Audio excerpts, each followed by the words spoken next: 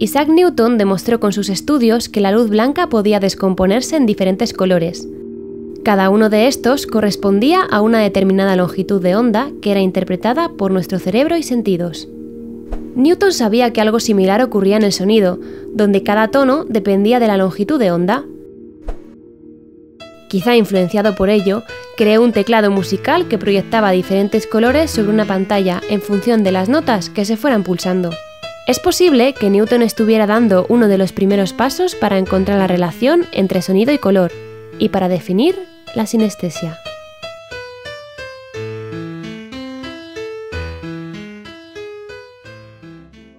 Una persona con sinestesia percibe el mundo de una forma extraordinaria. Pueden ver sonidos, saborear colores o tocar emociones. De esa manera, algunas personas con sinestesia manifiestan ver colores al escuchar notas diferentes en una guitarra. Por ejemplo, el do es azul, el re verde o el si amarillo.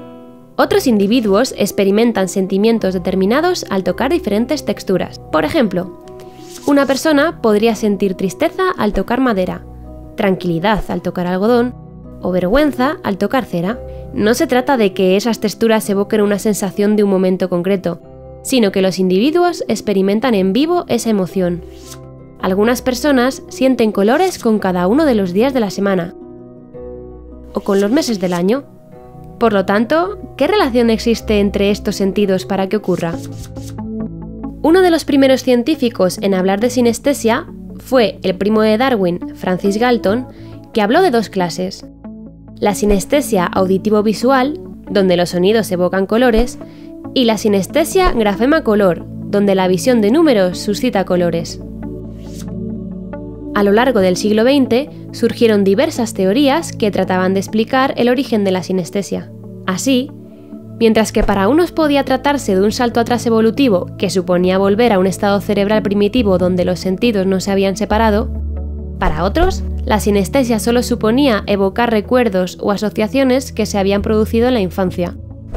Incluso otra hipótesis planteaba que la sinestesia podía ser el resultado de una imprecisión en el lenguaje, que llevaba a los individuos a emplear metáforas para poder expresar sus sensaciones. Según los estudios del psicólogo Ramachandran, ninguna de estas hipótesis es cierta, y para ello partieron de una serie de test pop-out sencillos. Un test pop-out es un ejercicio de percepción. En esta imagen podemos ver algunas líneas diagonales entre muchas líneas verticales. Es bastante sencillo identificar con claridad cuáles son las líneas diagonales y agruparlas en un conjunto separado. Por ejemplo, aquí podemos ver cómo las líneas horizontales presentan una forma global de círculo. En esta otra imagen podemos ver fácilmente la posición de los puntos rojos y cómo describen en conjunto un triángulo. Sin embargo, si observamos esta imagen de unas pocas letras T entre varias L, ya no resulta tan sencillo identificarlas ni agruparlas. Las T ya no tienen el efecto pop-out que hace que salten a la vista. Todo es resultado de la evolución. El cerebro aprendió a agrupar y segregar rasgos similares como defensa, para poder identificar amenazas u objetos que estuviesen ocultos o camuflados. Según los estudios sobre la percepción, solo producirán pop-out los rasgos que se asimilen en fases tempranas del procesamiento sensorial. Sin embargo, la L y la T tienen en común los mismos rasgos básicos. Están formados por una línea corta y otra larga que se cruzan y forman un ángulo recto. Por lo tanto, para diferenciarlas, nuestra mente debe recurrir a su carácter lingüístico o conceptual. ¿Y todo esto cómo lo relacionamos con la sinestesia? Resulta sencillo si lo vemos con este ejemplo. En esta imagen hay unos cuantos doses entre una gran cantidad de 5. Es muy complicado sentir pop-out, localizar los doses y agruparlos.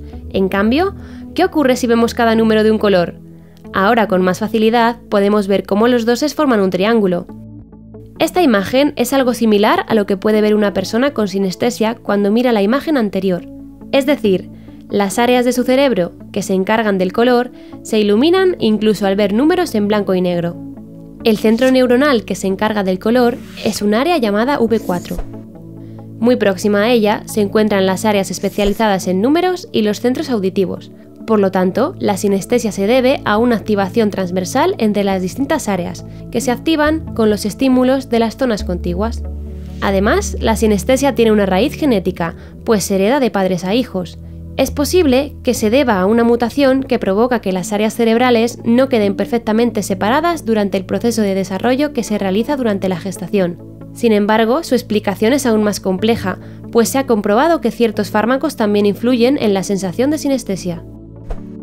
Los estudios afirman que es posible que existan dos tipos de sinestésicos, en función de la parte del cerebro donde se exprese el gen anómalo. Los sinestésicos superiores, cuyos efectos tendrán lugar con conceptos numéricos, es decir, podrían ver el color azul con el sonido de la palabra viernes, y los sinestésicos inferiores, que se producirán por el aspecto visual, verían la palabra viernes azul al verla escrita. Existe la creencia tradicional de que la sinestesia es más frecuente entre artistas y personas creativas, y lo cierto es que, según los estudios, se calcula que 1 de cada 6 es sinestésico. Artistas como Vasily Kandinsky o Jackson Pollock eran sinestésicos. Vladimir Nabokov divagó sobre la experiencia sinestésica que vivía con cada letra del abecedario, y Arthur Rimbaud escribió algo similar sobre las vocales. ¿Pero una persona sinestésica es de por sí más creativa? Lo cierto es que no, porque influyen otros factores genéticos y ambientales, pero la sinestesia le predispone a serlo. La sinestesia es, por tanto, una percepción donde intervienen varios sentidos. Estas dos imágenes pertenecen al test Bouba-Kiki de Heinz Werner. Si tuviéramos que elegir un nombre para cada una de ellas, ¿cuál sería Bouba y cuál Kiki?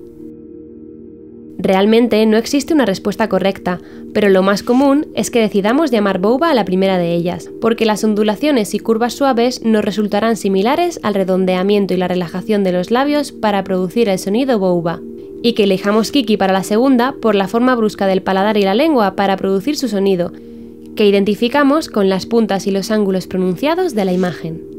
En pequeña medida, todos somos un poco sinestésicos. Cuando el músico Franz Liszt comenzó a dirigir su orquesta en Weimar, todos quedaron desconcertados con sus órdenes. «Por favor, caballeros, un poco más de azul, se lo ruego. Este tipo de tono lo requiere. Esto es un violeta subido, por favor, no tan rosa». Con el tiempo descubrieron que no bromeaba. Liszt veía colores donde solo había tonos.